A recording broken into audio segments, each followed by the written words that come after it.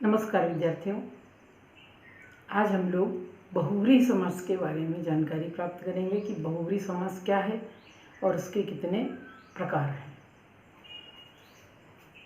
बहुव्रीहि समास, जिस समास में अन्य पद की प्रधानता होती है उसे बहुव्रीहि समास कहते हैं। अर्थात जो पद दिए रहते हैं, जो दो पद वहाँ पर दिए रहते हैं, उनके बजाय किसी अन्य पद की, किसी दूसरे पद की प्रधानता होती है जो वहाँ पे दिया नहीं है, तो उसे बहुव्रीहि समास कहते हैं। तो जिस समास में अन्य पद की प्रधानता होती है उसे बहुव्रीहि समास कहते हैं। इसके दोनों पद किसी अन्य पद के विशेषण का काम करते हैं, कि इसके जो दोनों पद होते हैं वो किसी अन्य पद जो वहाँ पर दिया नहीं है उसकी विशेषता बताते हैं, उसके विशेषण का काम करते हैं। इस समास का अर्थ निकालने पर जिसको, जिसके, जिसमें आदि अर्थ निकलते हैं। जब इस समास का अर्थ निकालते हैं तो उसमें जिसको, जिसके, जिसमें आदि अर्थ निकलते हैं। यद तद सर्वनाम के योग्य रूपों का प्रयोग किया जाता है।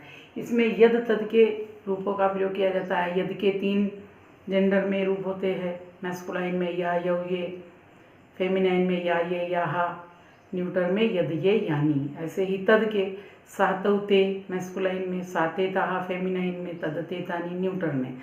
तो जैसा जेंडर है उस जेंडर के अकॉर्डिंग यद तद के प्रोनाउन यूज किए जाते हैं, यद तद के प्रोनाउन का प्रयोग किया जाता है। इसके 3 भेद हैं। समानाधिकरण बहुव्रीहि। अब समानाधिकरण बहुव्रीहि क्या है? इसमें दोनों पदों में प्रथमा विभक्ति होती है, अर्थात जो 2 पद दिए होते हैं वो दोनों पद प्रथमा विभक्ति के होते हैं, इसलिए इनको समानाधिकरण कहते हैं, क्योंकि दोनों पद समान होते हैं। तो इसमें दोनों पदों में प्रथमा विभक्ति होती है। अन्य पद किसी भी विभक्ति के हो सकते हैं, और जो दूसरे जो आया नहीं है वो किसी भी विभक्ति का हो सकता है। जो पद वहाँ दिया नहीं है वो किसी भी विभक्ति का हो सकता है। जैसे प्राप्तोदकः। अब प्राप्तोदकः तो प्राप्तम उदकम, इसका विग्रह क्या बना? प्राप्तम उदकम। फिर यमसः। यमसः मीन्स जिसको, यह यौ ये, यम यौ यम, तो प्राप्तम उदकम यमसः, अर्थात जिसको उदक अर्थात पानी प्राप्त हो गया, जिसको पानी प्राप्त हो गया वह, तो प्राप्तम उदकम यमसः। तो इस बहुव्रीहि समास में यस्य सा, येन सा, यस्मात् सा, यया सह, इस टाइप से यद के, तद के, तस्मात् स, ऐसे ही तस्मै का, तो ऐसे यद और तद प्रोनाउन का प्रयोग किया जाता है। तो यहाँ पे प्राप्त उदका है तो बना प्राप्तम उदकम यमसः। तो दोनों प्रथमा विभक्ति हैं, प्राप्तम भी और उदकम भी, और जिसको पानी प्राप्त हो गया है वह, तो इसमें द्वितीय विभक्ति है। हतशत्रु। हतशत्रु, हता शत्रवः येन सह। हतशत्रु मीन्स जिसने शत्रुओं को मार दिया हो या जिसके द्वारा शत्रुओं को मार दिया गया हो, तो हतशत्रु। हता शत्रवः, शत्रु एक तो होगा नहीं, तो भानु भानु भानवा, वैसे शत्रु शत्रु शत्रवः, तो हत शत्रु, हता शत्रवः येन सह, कि जिसके द्वारा शत्रुओं को मार दिया गया वह, तो यहाँ पे येन सह में तृतीय आया।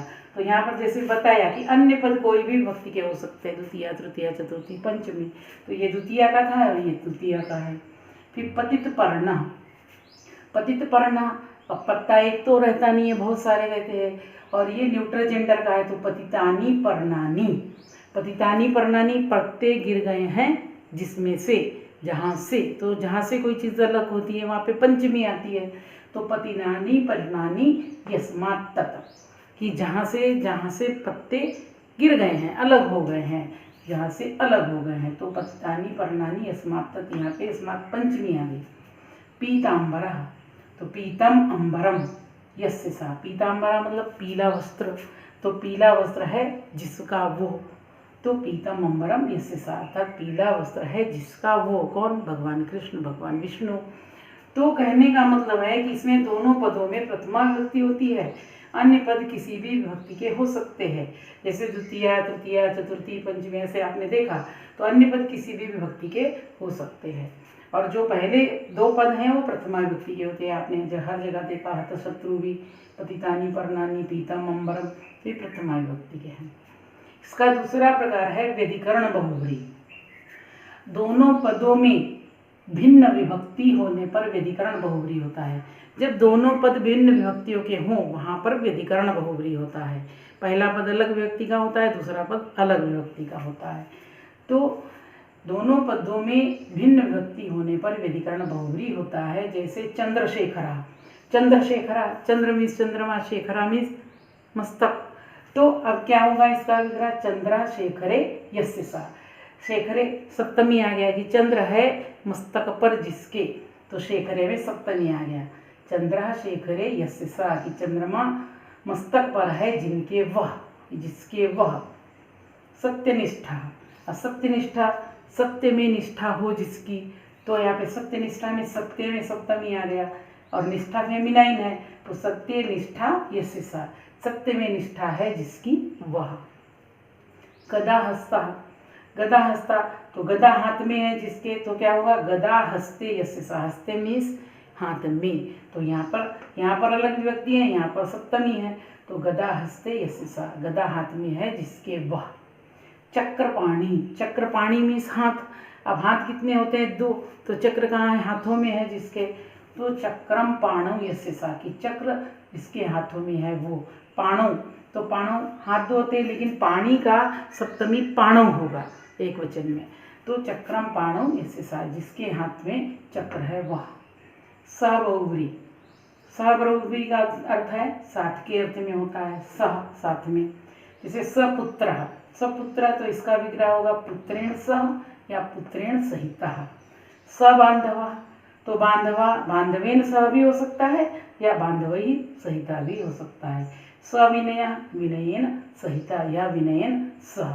तो इस टाइप से बहुव्रीहि समास में आपने ये जाना कि जिस समास में अन्य पद की प्रधानता होती है उसे बहुव्रीहि समास कहते हैं। इसके जो दोनों पद होते हैं वो किसी अन्य पद की विशेषता बताते हैं और इसका अर्थ निकालने पर जिसको, जिसके, जिसकी, इस प्रकार का अर्थ निकलता है। और अन्य पद के लिए यद तद सर्वनाम के रूपों का प्रयोग किया जाता है। इसके 3 भेद हैं। समानाधिकरण, समानाधिकरण इसमें दोनों पदों में प्रथमा विभक्ति होती है। अन्य पद किसी भी विभक्ति के हो सकते हैं। जो अन्य पद होते हैं जहाँ यद तद का प्रयोग होता है वो कोई भी विभक्तियों के होते हैं, जैसे आपने यहाँ पर देखे। और व्यधिकरण में क्या होता है, दोनों पदों में भिन्न विभक्ति होने पर व्यधिकरण बहुव्रीहि होता है। जब दोनों पद अलग अलग विभक्ति के होते हैं तो वहाँ पर व्यधिकरण बहुव्रीहि होता है। सहबहुव्रीहि, सात के अर्थ में, तो जहाँ पर 7 शब्द आता है वहाँ पर सहबहुव्रीहि होता है। तो इस प्रकार से आप लोगों ने आज बहुव्रीहि समास के बारे में जानकारी प्राप्त की। आशा है आप लोगों को आराम से अच्छे से समझ में आ गया होगा, क्योंकि हमने बहुत आसान तरीके से आपको समझाने का प्रयास किया है और आपको इसको समझने के लिए वीडियो को 2 से 3 बार देखना पड़ेगा, तब अच्छे से समझ में आएगा। अब इसके बाद अगले वीडियो में हम निजंताः, प्रयोजकाः के बारे में आपको बताएंगे। अगर आपको हमारा ये वीडियो पसंद आया तो आप इसे लाइक करिए, शेयर करिए, सब्सक्राइब करिए। Thank you.